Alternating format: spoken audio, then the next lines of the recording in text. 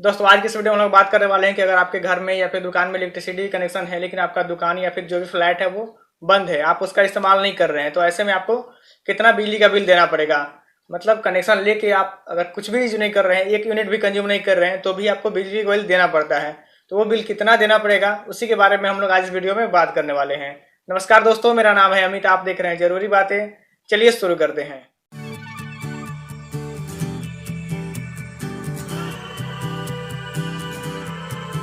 दोस्तों वीडियो शुरू करने से पहले मैं आपसे रिक्वेस्ट करूंगा कि आप वीडियो को लास्ट तक देखें ताकि आपको इससे रिलेटेड कोई भी कंफ्यूजन ना रहे। दोस्तों आजकल लॉकडाउन की वजह से बहुत सारी दुकानें हैं जो पूरी तरह से बंद पड़ी हुई हैं, लेकिन उनके पास इलेक्ट्रिसिटी का कनेक्शन है।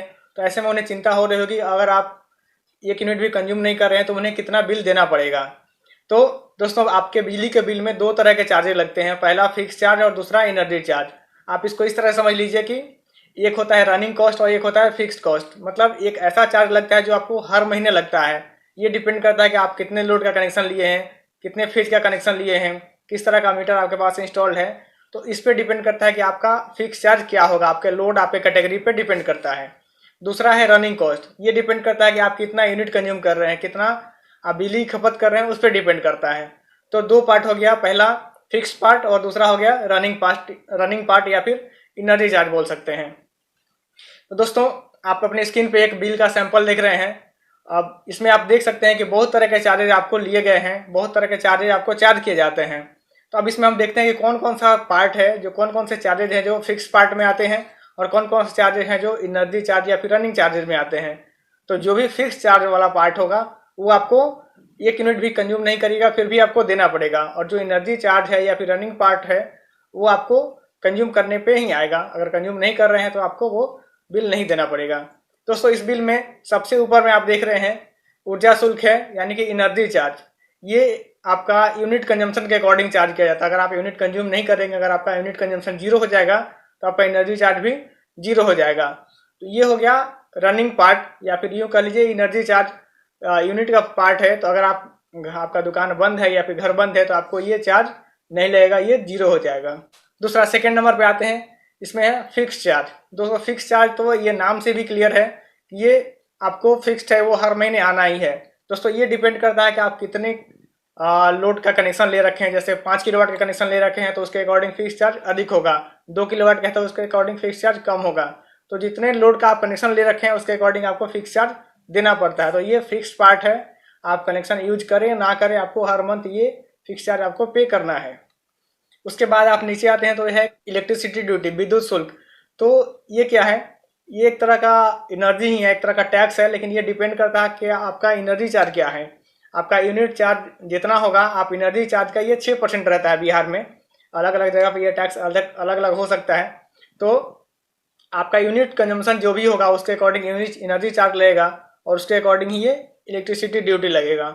अगर आप एनर्जी चार्ज आपका 0 है तो ये चार्ज भी 0 हो जाएगा। तो आप इसको रनिंग पार्ट में रख सकते हैं, क्योंकि ये आपके एनर्जी पर डिपेंड कर रहा है। तो अगर आप यूनिट कंज्यूम नहीं कर रहे हैं, आपका दुकान बंद है, तो आपको एनर्जी चार्ज भी नहीं लगेगा और ये इलेक्ट्रिसिटी ड्यूटी भी नहीं लगेगा।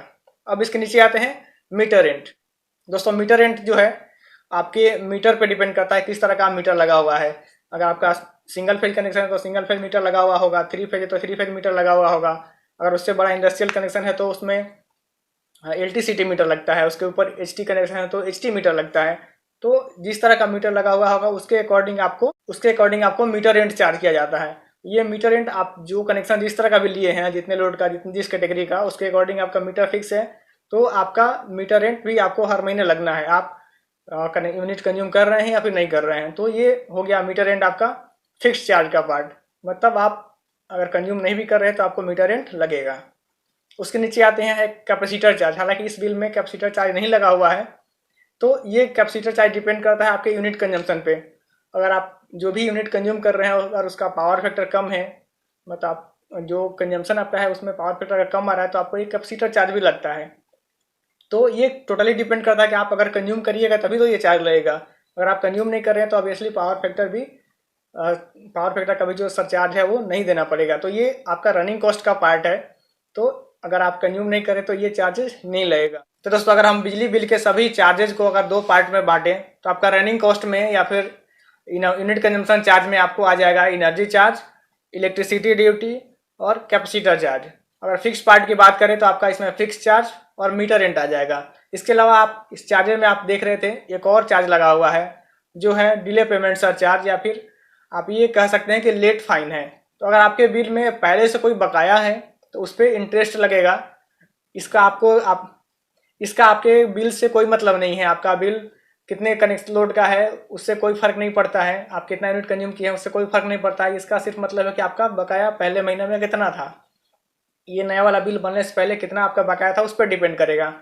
तो इसको भी आप फिक्स पार्ट में रख सकते हैं, क्योंकि अगर आप बकाया रखे हैं तो आपको डिले पेमेंट चार्ज लगेगा, चाहे आप यूनिट कंज्यूम करें या ना करें। तो इस तरह से आप देख सकते हैं कि कौन कौन से चार्जेस आपके बिल में लग रहे हैं। अगर आपको ये चेक करना है कि अगर आप बंद है तो कितना बिल आया है, अगर आप बिल नहीं देखे हैं तो आप पुराना बिल देख सकते हैं, उसमें आपका देख लीजिए फिक्स चार्ज और मीटर रेंट कितना आता है, उतना ही आपको बंद पीरियड में आपको बिल देना पड़ेगा। दोस्तों लॉकडाउन की वजह से बहुत सारी जगह पे रीडिंग नहीं हो रही है, वो एवरेज पे बिलिंग किया जा रहा है। तो ऐसे में आपका बिल हो सकता है केवल ये फिक्स चार्ज ना आए, पुराने एवरेज के अकॉर्डिंग, पुराना जो आपका बिल आते रहा है उसी के अकॉर्डिंग आपका बिल आ जाए। तो ऐसे में आपको एनर्जी चार्ज और इलेक्ट्रिसिटी ड्यूटी बाकी सब चार्जेस भी जोड़ के आएंगे, तो उससे घबराने की कोई ज़रूरत नहीं है, वो आपको आगे चल के अगले नेक्स्ट बिल में एडजस्ट कर दिया जाएगा। इसके ऊपर भी मैंने एक वीडियो बनाया है कि आपको अगर एवरेज पे बिल आ रहा है लॉकडाउन में तो क्या देखना चाहिए, अगर बिल आए तो क्या उसमें ध्यान रखना चाहिए। इसका लिंक मैं डिस्क्रिप्शन में दे रहा हूँ, आप चाहें तो वहाँ से उस वीडियो को भी देख सकते हैं। दोस्तों उम्मीद है आप समझ गए होंगे कि अगर आपका घर या दुकान बंद है तो आपको कौन कौन से चार्जेस बिल में आने वाले हैं और कौन कौन से चार्जेस से आपको राहत मिलने वाली है। दोस्तों उम्मीद करते हैं आपको ये वीडियो बहुत पसंद आई होगी। अगर आपके मन में कोई सवाल या सुझाव हो तो नीचे कमेंट करके जरूर बताएं, और आपको ये वीडियो कैसा लगा उसके बारे में हमें कमेंट करके जरूर बताएं। अगर आपने हमारे चैनल को अभी तक सब्सक्राइब नहीं किया तो सब्सक्राइब भी कर लीजिए, क्योंकि मैं आपके लिए इस तरह की नई वीडियोस लेके आते रहता हूँ। जय हिंद, वंदे मातरम।